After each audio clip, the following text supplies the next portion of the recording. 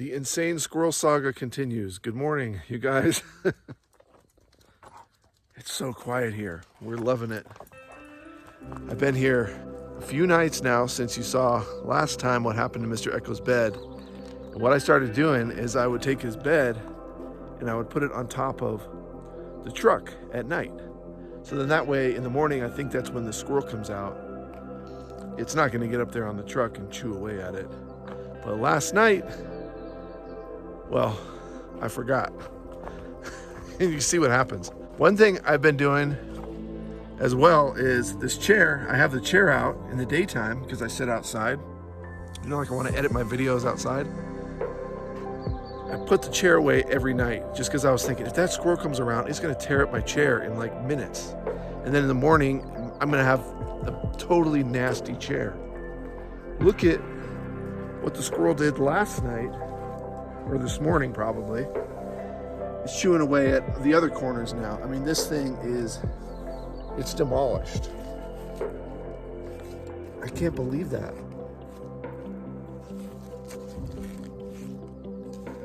So he got to all the corners. He was working on this one. And he's got a tear here.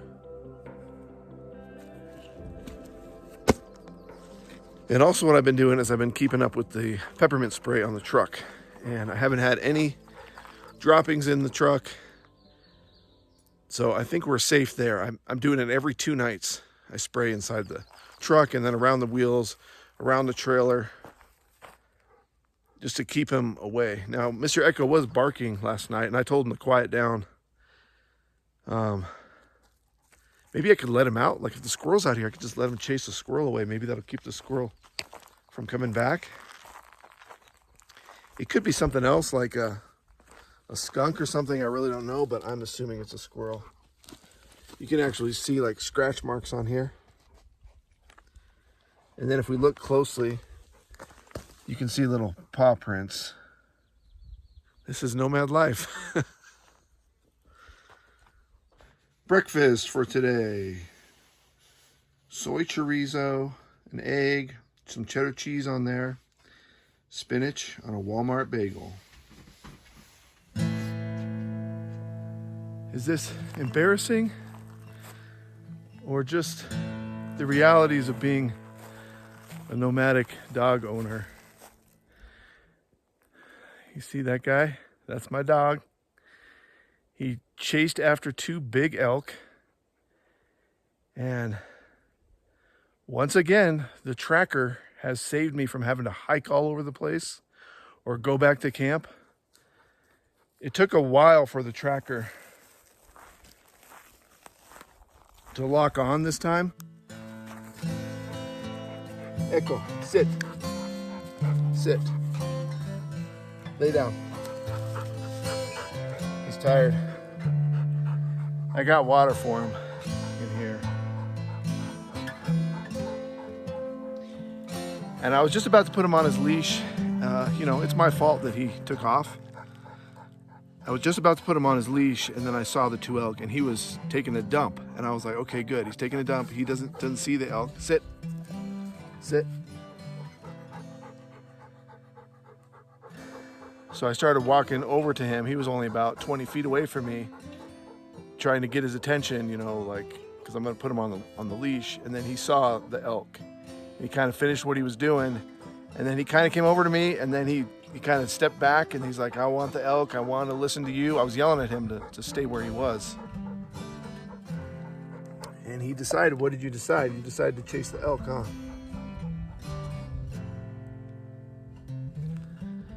But the tracker, it took about probably 5 minutes. I had to start it and it's like GPS, can't find the GPS.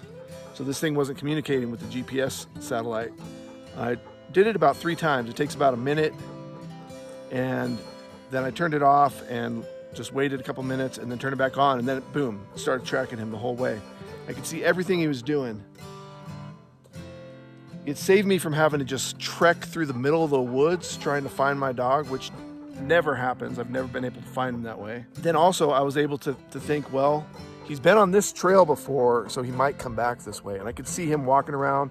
I could see him running on the map. This is all on the tracker app on my phone. You could see him running. And then I saw him slowing down, and then I see him kind of circling. I'm like, okay, I think he's probably trying to reorient himself to go back to camp. And sure enough, then he starts heading basically right to where I was. And so I kind of crossed paths with him. Then I blew my whistle when I get kind of close. So in case he decides to take off in a different direction, not knowing that I'm there, he knows that I'm here, so he can come directly to me, and that's what he did. I make a lot of mistakes. This is one of the big mistakes that I make. I've been keeping him on his leash a lot more, like a lot. We've been doing hikes for like 2 or 3 or 4 miles, and he'll be on the leash the whole time, and he's fine with it. It's just, you know, sometimes I like him to be off the leash so he can kind of run around and get a little bit more exercise that way.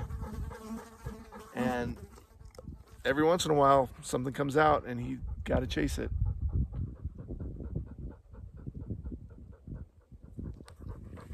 This tracker saves the day again.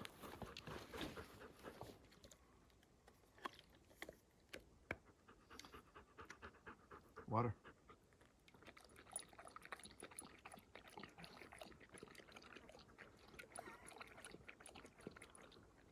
You freaked me out, buddy.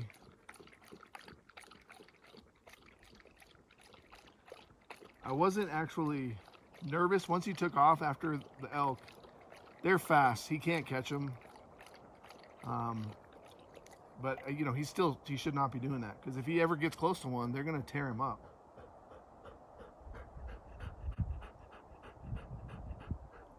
But then when the tracker wasn't connecting to his collar for about 5 minutes, then I was like, oh no, did I forget to turn it on or something? Did it not have a full charge? Even though on the app it shows you like, oh yeah, it's at 95%.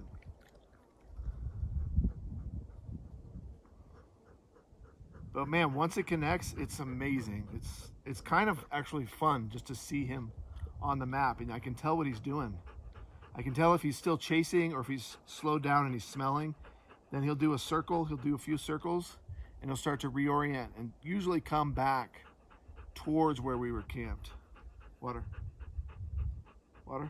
Is that it? That's it?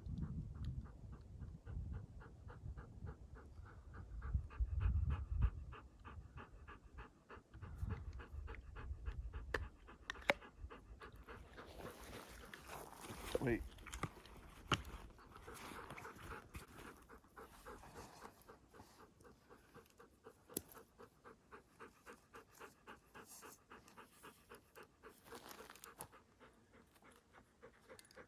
You can see I've got he's got a fluorescent reflective collar here, and then this big wide one. It's supposed to make him more visible. And so I usually do put that on when I know he's going to be off the leash, just in case, like today. Let's go.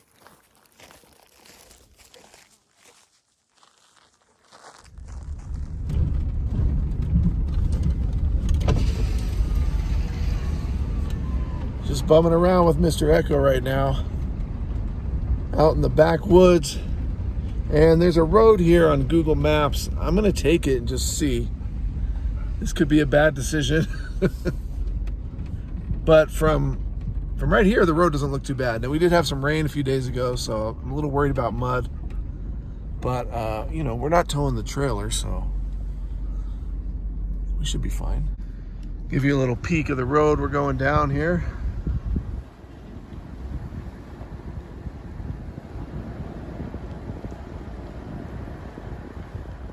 I might as well just put it in 4x4. Someone's got a tent out here. See my crack? It's getting bigger.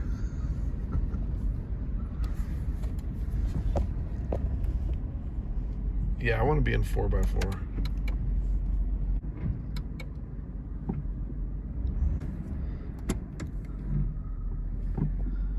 There we go.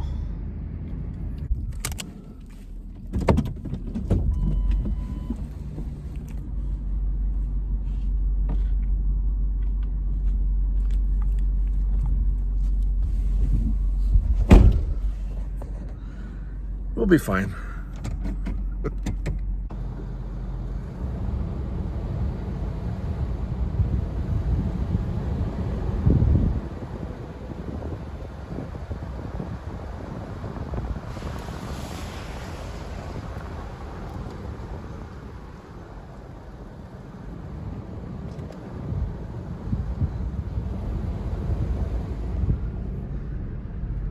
you think, Mr. Echo? Is this a smart idea or is this stupid? Oh, the road's getting kind of hairy already. Oh, crap.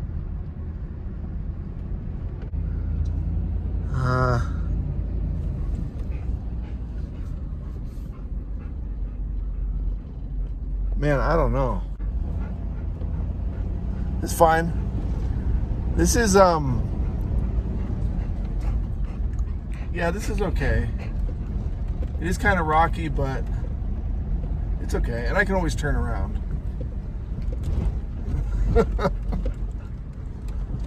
In fact, I think I'm going to turn around right here. Because this is pretty washed out. Yeah, so this is the Got Out channel making good choices, not bad choices. Crap. I just want you guys to see, you know, this is just the kind of stuff I do, just screwing around, just messing around. I don't have any place to go. I could get up through this. You see how it gets washed out here? That's probably hard to tell on camera. You can't drive in there just because it's too bumpy. I'd have to get up here and then go through here and then, yeah, I could do it. I could totally do it.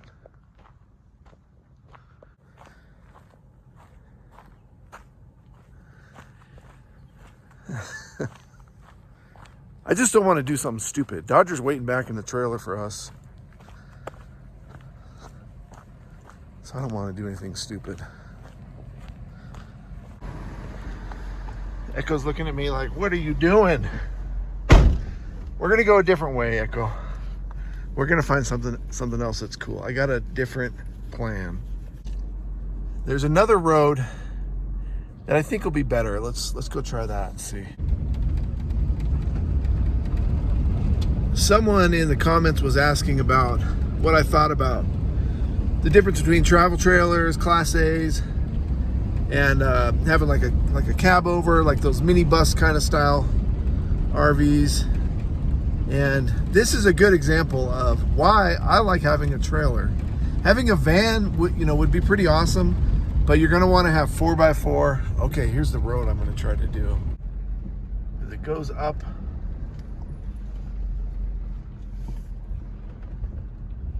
out over through here, and see how it has a log truck sign on it, so I know logging trucks are coming through here. So if they can come through here, I should be able to come through here just fine. But I want to see the view. Look at this view.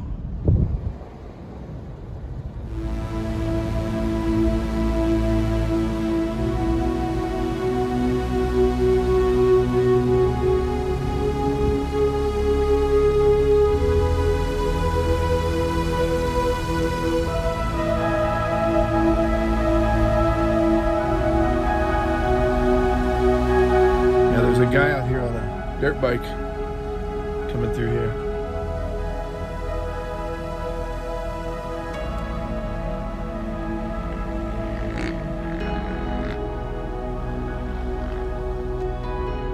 And there's a shooting range out there too.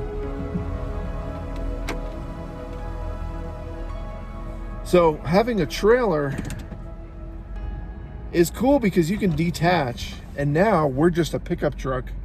We got 4x4, I got a little lift, and we can get places that I couldn't if I had a Class A. The key is that you can detach your vehicle. Some people, they'll get a Class A and they'll tow a pickup truck. So you could do that, but then, I mean, your gas mileage is gonna be worse than if you just get a pickup truck and a trailer, like a small, medium-sized trailer. So I really think this is the way to go. The other advantage is, if you have a van, now your home is your part of your main rig, right? So when you go into town, you're taking your home with you. So that means you kind of got to pack everything up so it doesn't float around inside the van. And if you have a trailer, you can just set up your home, lay everything out like you do. You got all your dishes out, you got your all your belongings out on the counters and stuff like that. You don't have to put that stuff away. If you need to go into town or you want to go on a little excursion like we're doing right now, you just detach your truck and now you can go do your thing and come back to your little house. And that way it's more of like a cabin in the woods. And I really, really like that feeling. I feel really, really free. Like right now, even though we're almost out of gas, I feel really free because the trailer is back at camp and I can just drive these roads just like it's nothing. It's very cool. You do have to be kind of responsible though. Like you saw me turn around there deciding that it's maybe a little too risky. You know, I got Dodger back in camp, but I have my whole trailer back there. I have enough gear in here that Echo and I could survive. Although I don't have any food. Maybe I should start carrying a little bit of food in here. But I have water. You know, I could sleep in here, sleep in the bed. I got some basic gear, that kind of thing. And I have a lot of tools. I got basically all my tools are in here in the truck. So if we did have like some sort of breakdown in the middle of the woods, you know, going on an excursion like this, then we could live out of this. But now I have my trailer back at camp, and of course Dodger's in there. That would be my main concern. Is like I got to get back to camp to take care of Dodger. And you know, he can only be there for a few hours before he needs to go outside. So there are like responsibilities. You know, your rig is back there, your truck is over here, so you're kind of separated. If you had a van, then everything's with you all the time. You're never separated from your home or your vehicle or your gear. It's all right there. But having a trailer is like the best of both worlds. And now we are in a very rocky area. This road is rough. It's downhill. I can just ride the brake basically really slowly over these rocks. Glad I got new tires.